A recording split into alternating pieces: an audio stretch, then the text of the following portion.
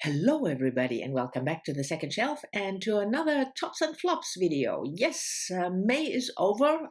Has been for quite a couple of days.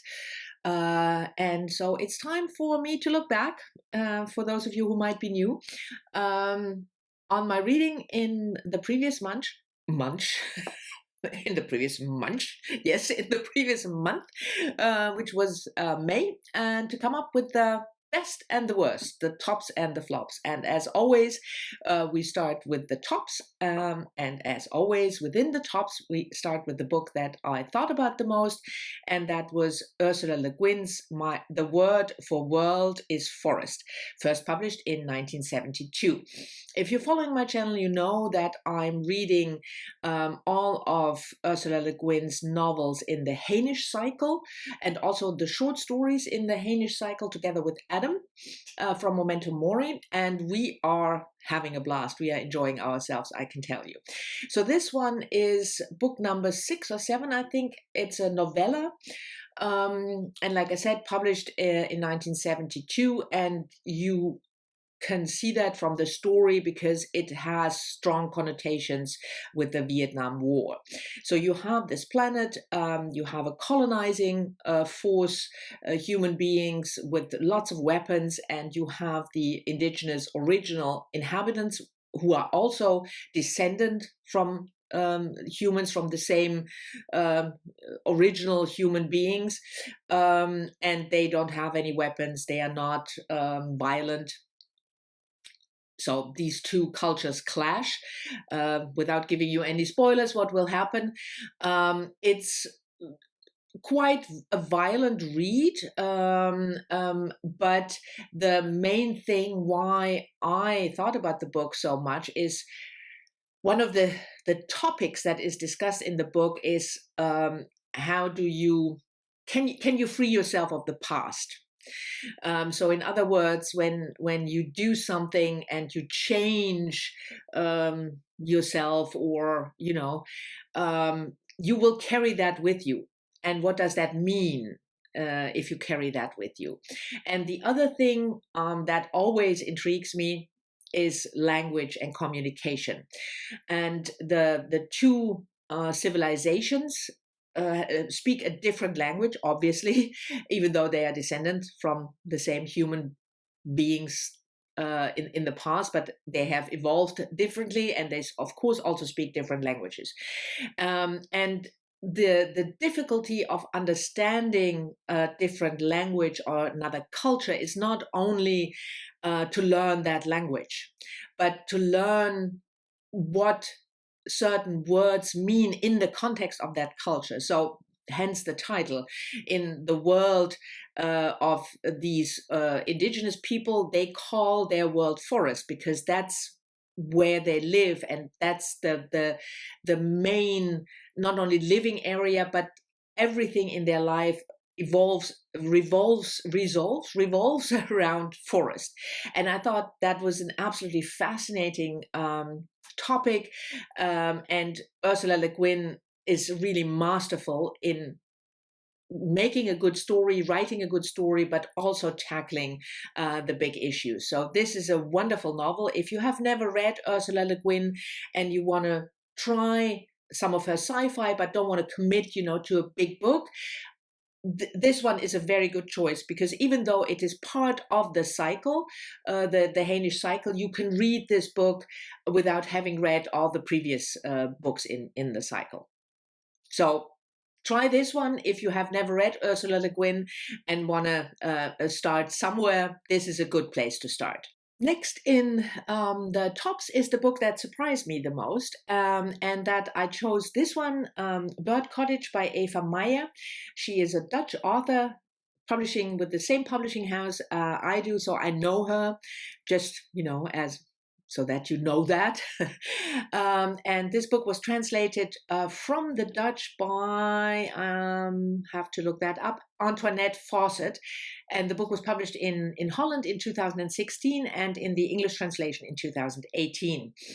And I read the book because she is a colleague, when it came out 5 years ago, and reread it now for the first time in the English translation.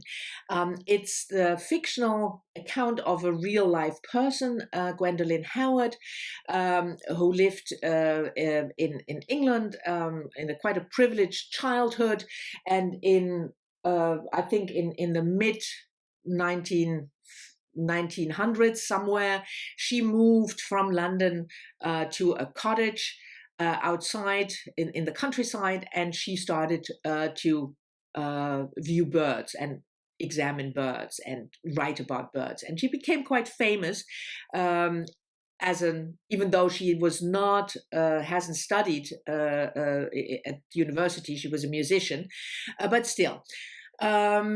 So this book is really charming about her life, about the birds. But why it surprised me so much, I think it's the first time ever that I liked reading a translated version more than the Dutch. The original, in this case, the English translation and the Dutch, which was quite astonishing for me, because normally I always, if I read books in both the original version, yes, that was my phone, but we will just ignore that. If I read a book in the original version and then in the translation, I always like the original version better. But here, I really love this translation. And maybe it's a bit unfair to Ava to say, well, I liked it more than the Dutch. So let's say equally.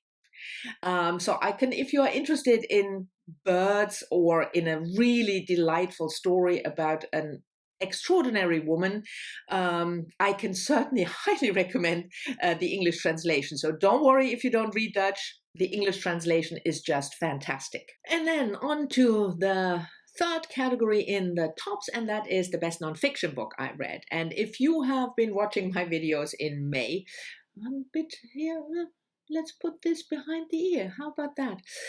Anyway, if you have been watching my videos in May, you will not be surprised, because I've been gushing about this book all through the months. And that is, of course, Wendy Williams's book about butterflies, The Language of Butterflies, first published last year, 2020. Wendy Williams is a science journalist, a science writer, and this book is indeed about butterflies, but the title is a bit misleading, I felt personally, because it gives you the impression maybe that this is a book about how butterflies communicate. That is also something that is in the book, but it's not all of it. It's really about everything you can think of about the butterfly, how they, the physicality, how it works with them, how the science about them developed, but also about migration, butterfly migration, what kind of influence they have on the environment, how they are doing in the current changing environment. So it's really broad, and you don't need to be a butterfly fan in order to enjoy the book. I mean, I'm not. Like I said in a previous video, I like them when I see them, but I'm not, butterfly crazy at all. But I felt that it was really interesting to learn something about these animals. It was interesting to get to know more about the science, and it was written, that is always very, very important for me if I read these kind of nonfiction books. It was written like a really good story. Not dry, not dragging out, info dumpy, nothing like that. It was really, really good. I flew through the book. And if you are interested at all in this type of nonfiction, and again, you don't need to be overly enthusiastic about butterflies in order to enjoy it. I can certainly recommend it for your nonfiction TBR if you like science heavy nonfiction books. And I don't mean dry again, but science heavy nonfiction books. So these were the 3 top reads of May. On to the flops. And normally I have 2 flops, but this time I will have 3 for reasons I will get to in a minute. But just start with the first one, and that is a debut novel by Helen Cullen, The Lost Letters of William Woolf, published 3 years ago, 2018. And I bought it back then, and it has been lingering on my TBR ever since.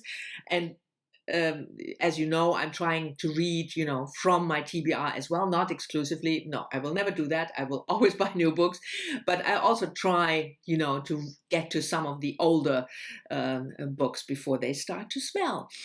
Anyway, so this one is about the main character, William Woolf, and he works in a department of the postal service in London, where he and his colleagues deal with letters and packages that can't be delivered, either because the address is wrong, or because it's not readable, or it doesn't have an address. And there's also no return address, so you can't send it back. And they investigate. They try to find out by opening the package, opening the letter, whether there is any indication of the sender or receiver. And then William Woolf gets really fascinated by recurring letters from a woman to an unknown man, and he starts to investigate. That premise was the reason that I bought the book, because I felt this idea of lost mail, I think, is fascinating. At least for me, I think it's fascinating. And I like this premise, to investigate that. But the book, even though the letters play a not unimportant role in the plot, but in the end, the book is at least in my view, a quite cheesy book about love and marriage. And that's just not something that I'm very interested in reading. I didn't find it original. And don't get me wrong, no book really has an absolutely original idea. I mean, that's not possible. But it was just, predictable. The ending, but also the turns, the twists and turns in that marriage plot. I was bored.